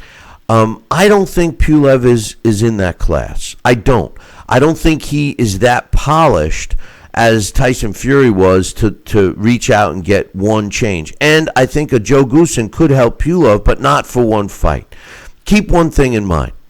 One of the greatest performances that Vladimir Klitschko ever had was against Pulev. If Vladimir Klitschko fought the way he fought Pulev with all of his other opponents, people would be regarding him as one of the greatest heavyweights of all time. I'm not slighting him, because he dominated the heavyweight division for a decade, but he was a boring fighter. He fought very cautiously. But in the Pulev fight, he went after Pulev. I think that there has been a relationship that's been developed between Klitschko and Anthony Joshua. And I think that the guy that Anthony Joshua is going to seek advice from to fight Pulev is going to be Klitschko. I think Anthony Joshua learned a lot with the loss to Andy Ruiz. He came back, he fought a cautious fight. Andy Ruiz was busy, he was in his face, and Anthony Joshua learned, instead of just trying to go in for the kill, he needs to use his height and reach and all those advantages. Pulev, I was ringside in Denmark when Pulev fought Derek Rossi. Derek Rossi had him in all kinds of trouble. Pulev isn't as powerful as people think. Yeah, he can catch you, but he's not as agile either. I think Anthony Joshua is going to box the snot out of him, and he's going to eventually knock him out. So we'll see. We'll see how that unfolds. But I do have to give him credit, like you do, seeking someone else to try to tighten up his game. But I think Joe Goosen isn't a great trainer. I think he's a good mental coach. I think he's good like that. And like I said earlier, he's very calm in the corner. He focuses on one adjustment, maybe two, but who knows? Maybe that's what Pulev felt he needed. I don't know. But he is 38 years old. Right. And he's been in some tough fights. Yeah. And he's not as big as you think. Check it out. Go look. He's 6'4". Yeah, to me, he's a monster. But we're talking. These top heavyweights now, 6'7", 6'9". 250 pounds of chiseled muscle that are athletic and can move and can destroy you. Pulev's a little guy. Compared to these guys, and that's actually in his favor. Because what I've seen, the biggest weakness that AJ has had is fighting smaller guys. He lost to Ruiz, and he had all kinds of trouble with Carlos Takam, because of the height difference, So we'll see. True. It's almost official that Canelo Alvarez is fighting Billy Joe Saunders. What's your thoughts on this fight? I like it. If you go back after Billy Joe Saunders, I think he fought like a week or two after Canelo beat Kovalev, and he scored a sort of dull, dreary 11th round knockout. And I remember after we talked about it, I was like, I think it's like they're made for each other. They both did the same thing. Let's see them fight. So I'm okay with it, and I think in terms of like you and Dax were saying, it's sort of the path of least resistance to getting a title to picking up another strap in at 168, and I think that he's the less dangerous opponent, but he's also the more recognizable opponent. So it's sort of for Team Canelo, it's a good idea. Stylistically, it could be kind of dreary and dull, which I do think that Canelo's sort of risking alienating some of those fans by having another sort of potentially tactical, boring fight. But like you said, they love him. They show up with musical instruments. So I don't think that that'll be spoiled for this, and it'll be Cinco de Mayo weekend. So it'll be a packed house instead of Kovalev. That was a little bit. It was what was that? Dia de los Muertos. It's not as much of a Mexican holiday as Cinco de Mayo. So, well, I guess Cinco de Mayo is more of an American bar holiday. Well, I mentioned how gorgeous the Polish women are. Well, the Mexican women are just as hot. So I can't wait to be there. But in any event, Alex, I appreciate your insight. I personally think that the Billy Joe Saunders-Canelo Alvarez fight will be boring. It could very well be. Yeah, I agree that Billy Joe is going to be a tactical fight. His goal will be to survive, because the only way he can win that fight is to fight close, and that's Canelo's fight. I don't see it happening. But the body punching from Canelo, I think, is going to be a major problem for Billy Joe. And you make another interesting point. His last outing against Sergey Kovalev, and he knocks out Kovalev. And if he chose to, the sanctioning bodies would let him hold all three belts. Now, this is my whole argument about Tyson Fury and Deontay Wilder. Tyson Fury doesn't need the belts. The belts need him. Just like Floyd Mayweather demonstrated. I've said this many times already. It's time for these guys to realize that they are in the driver's seat. Anthony Joshua, Tyson Fury should be fighting each other. Pulev is just another. In AJ's case, he makes his $20 million by fighting Pulev. I can't blame him for that. But you know what? Him and Tyson Fury could easily make $100 million each, maybe more, in England, fighting each other. And I guarantee nobody's stripping anybody, because they all want to claim that their fighter, that they have a champion in one of those two fighters. So bad business decisions for Team AJ and also Fury if he does take the Deontay Wilder fight next. But when you think about it, they're really marinating it. Yeah, I know. It's like a nice heavy brown gravy. But I believe that Fury's gonna do what he says, and he's gonna fight twice more. And I mean, realistically, those two fights have to. If he really is gonna fight Wilder again, that'll be Wilder and AJ. But I thought I heard. So that's what Fury's saying. He only wants to fight 2 more times. That's it. He says he's got nothing left to prove, and he's right. He's right. Let's be real. We do this business. Fighters fight to make money and then walk away. This isn't a sport to hang around in. Right. And he's made his money, and he's historical. So. And hysterical. But anyway, Alex.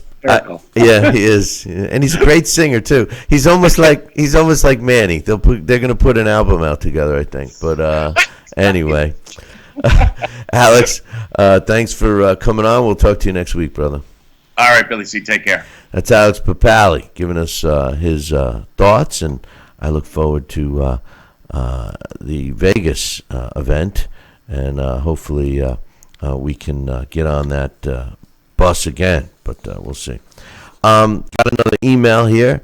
This one's from my man Rick, and he says, "Hey Billy C, I'm so sorry to hear so many fans are jumping ship from Deontay Wilder.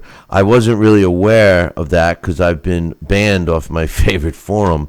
As for me, I'm rolling with Wilder, but I admit he has an uphill battle from here on out. I think the immediate rubber match is a mistake, and if it goes the same way, and if it goes the same way, will pretty much end Wilder's career. He says, I'm also disappointed in all the fuss being made about Wilder's excuses. Wilder showed plenty of guts in the fight, never given up despite all the punishment that he took. That was one of the guttier performances by a losing fighter I've seen in quite some time.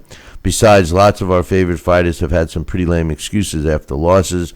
Manny's hurt shoulder, Roberto Duran rehydrating at the buffet table before his rematch with Leonard, and of course my all-time favorite, the lights are being too hot when Ray Robinson lost to Joey Maxim. Rick, the excuses. You make a good point about Duran and stuff. As far as Manny, I mean, he did have a hurt shoulder, and that's the only reason why I would like to see him fight Mayweather again. He's proven that he, is still in the conversation, especially with his win over Keith Thurman. And the Ray Robinson excuse, one of my favorite comments about that is he was complaining about the humidity and the heat, and he did mention about the lights. And I remember Joey Maxim, after the fight, said, Ray Robinson was complaining about how hot it was. He says, it's not like I had fans and air conditioning in my corner, but in any event, I do... listen, I've said this all along. The reason why a lot of the Wilder fans are bailing on him is because they're not true boxing fans. They're saying he's exposed and everything else. They're not true fans. Kownacki has true fans. They won't bail on him after the loss. And as far as showing that you don't think that he's had a lot of excuses, he has.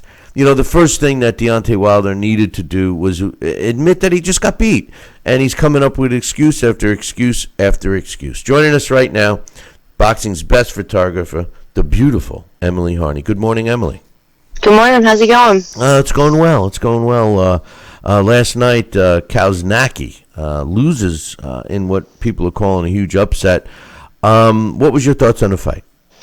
Huge upset, I think, because people weren't expecting that last night.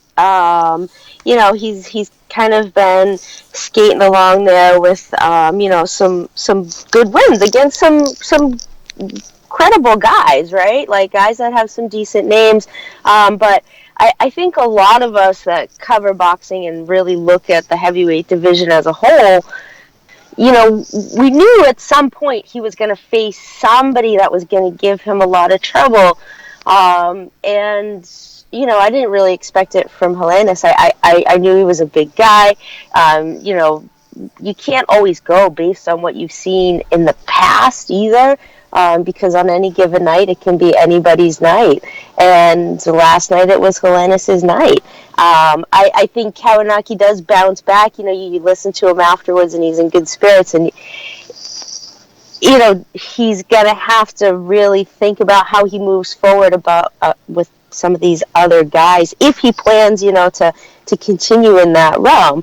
Helenius is going to have the same situation, where he's going to have to face some guys who obviously have some more ring experience and I think a lot of skill and tactics in the ring. But again, anything can happen. And when you know how to take advantage of a situation where you wobble your opponent, you can do a lot of damage. And, when the ref stops the fight, the ref stops the fight. One of the things about Kownacki is that, Dax earlier mentioned, his best defense is his offense, and it's true. He does take a lot of shots. I mean, in all of his fights, he's taken some shots, and he took some shots last night.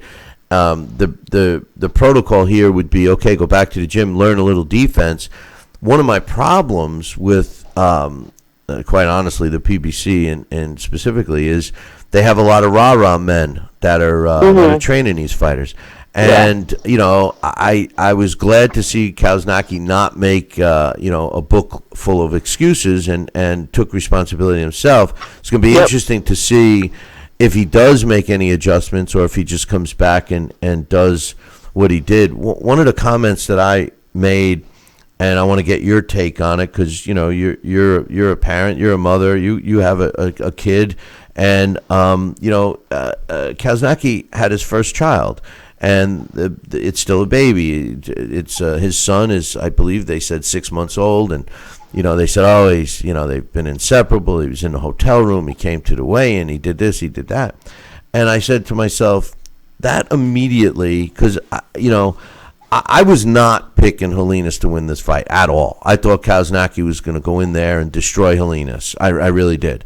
And then when I heard him talking about the baby, I said to myself, it's hard to focus on training when, you just bring this another human being into the world, and it's your first child, and your whole life is revolving around it. And I know that's something that you've experienced as well. Do you think that there's a possibility that he was not focused on his training as much as maybe he should have been, and this could be a result of that, or is it just a simple fact that he got caught? Well, I think it's probably a mixture of both. When you really think about it, no matter what you're doing, you're going to change when you have a kid. And when you do something like, fighters do, where they put their lives on the line every single day, now you have a whole nother, person to think about. Forget about yourself. You have so much more to live for, so much more to do for. So that does change you. Now, does that have an effect on your focus?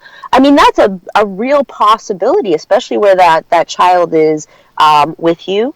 I do know, a lot of fighters, they go away for camp so that they can have that separation and focus, and that's hard. I mean, I can't even imagine as a mother, just being away for a week is difficult. Granted, my kid knows how to FaceTime now, and now I'm like, oh, okay, who's calling me now? No, but I love it. I'm kidding. But you really, your focus changes. So no matter what, that's going to happen. Is that where things shifted? I don't necessarily know that that's it. I think possibly, like some others, maybe he thought this was going to be a little easier than he expected. Again, if you look at those that he's fought, the Areolas, the Charles, these guys have had a little bit different experience than Helenius. So again, you can't go with what's on paper. I just remember going back to I think it was the third Ward Gotti fight, and Mickey being interviewed and then saying, well, what are you doing for this fight that's different from every other fight? And he said, I wanted to make sure I did every single thing that was asked and that I knew I needed to do, so that if my hand wasn't raised in the end, there was no question. I did everything I knew I possibly could do. And I thought, well, that's a good way to go into every single thing that you do, so that you don't have to look back and go, I should have done this. So I guess it's just one of those things of experience and lessons that Adam has to really look at and take as. And I think he did, just listening to him right after the fight, I got to go back to the drawing board. I realized tonight wasn't my night. There was no excuse whatsoever. So, you focus. It's always going to be something that people have to worry about, whether you're having kids or, you're doing other things. So I don't know if that's what it was. Well, big things, though. That changes you. There's no doubt there. Oh, no, there's definitely no doubt. It changes everything forever. But I appreciate Kownacki being honest and taking responsibility, because that shows character, something that a lot of fighters, including Deontay Wilder, has not done. And, you need to do that in order to put it behind you. And one of the things that I think is evident here, when you look at the two fighters, you have Deontay Wilder, who's not accepting his loss. He's blaming it on everything.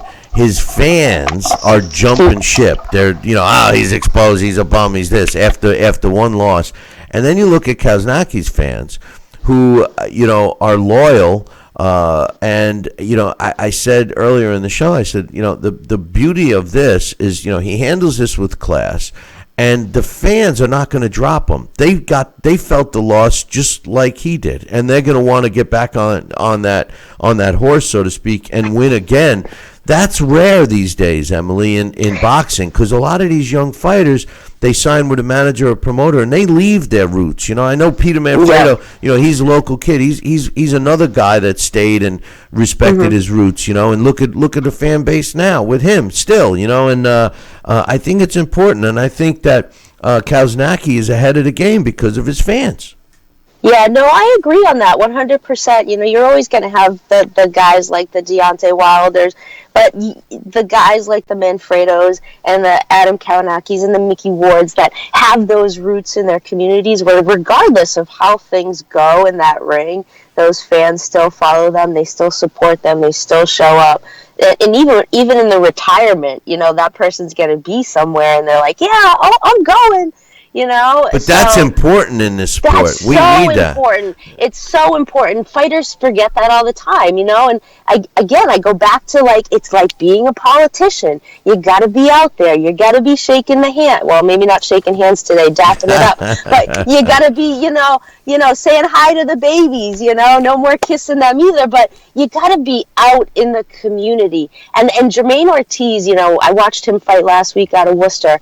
He was right out in the community the following week at the school committee meeting, talking about we need better education in our school system, and I'm even teaching that school system, and I'm like, yes, we need more kids like this, You need to be out there.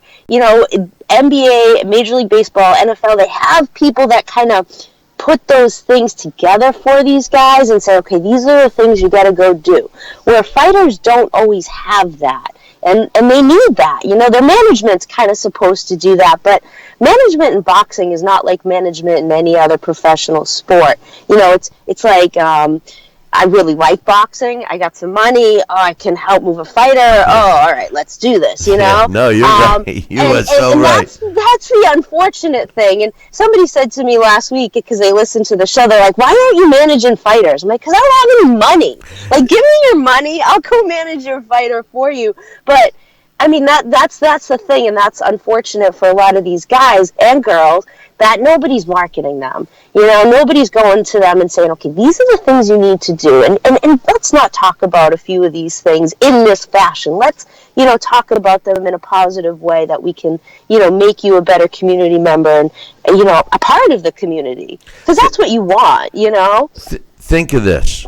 A guy, and now I've done pretty much everything in boxing, promote, manage, everything. The only thing I've never done is I've never been a trainer. But here's and I've never claimed to be a trainer, okay? But here's the sad part, Em.